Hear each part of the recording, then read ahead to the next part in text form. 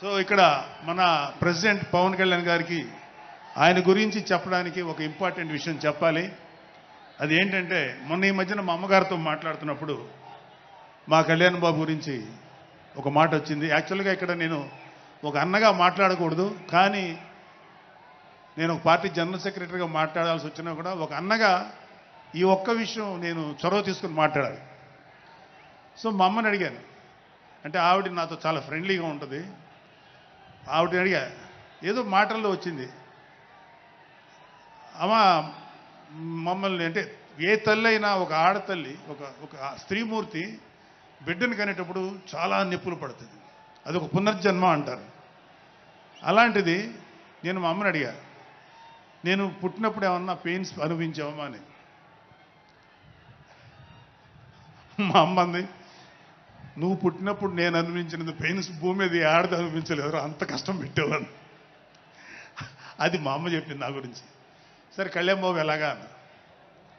గొప్ప విషయం అంటే నేను షాక్ అయ్యా. వాడు పుట్టినప్పుడు నాకు పెయిన్ అనేది కొంచెం కూడా తెలియలేదురా, అలాగా నాకు పెయిన్ లేకుండా పెయిన్ ఇవ్వకుండా పుట్టాడు. ఈ విషయం నేను కొంచెం షాక్ అయ్యా. అదేంటమ్మా కనీసం పెయిన్స్ ఉంటాయి కదా, ఏమోరా నాకు ఏమాత్రం పెయిన్ తెలియకుండా పుట్టాడని. సో నేనేమంటానంటే పుట్టేటప్పుడు కన్న తల్లికి కూడా ఏమాత్రం నొప్పి బాధ ఇవ్వకుండా పుట్టిన పవన్ కళ్యాణ్ లాంటోడు, అలాంటి నాయకుడు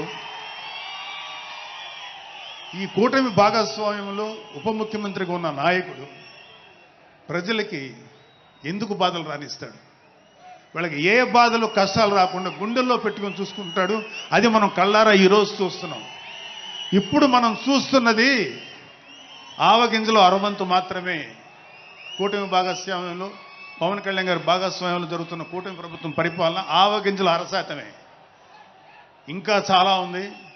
ఇప్పుడు చూస్తుంది just tip of the iceberg. అద్భుతమైన పరిపాలన మనకు రాబోతుంది. రాబోయే 20 ఏళ్లలో ఆంధ్రప్రదేశ్ ఒక స్వర్ణయుగం చూడబోతుంది. ఎందుకంటే ఎప్పుడో స్వాతంత్రం రోజుల్లో కొంతమంది మహానుభావులు పుట్టారు. అలాంటి వ్యక్తి ఈరోజు పుట్టడం, ఈరోజు మన ముందు ఉండటం మన అదృష్టం. అలాంటి వ్యక్తి దగ్గర పని చేయడానికి ఇగో ఈ స్టేజ్ మీద ఉన్న ప్రతి ఒక్కళ్ళం గర్వంగా ఫీల్ అవుతున్నాం.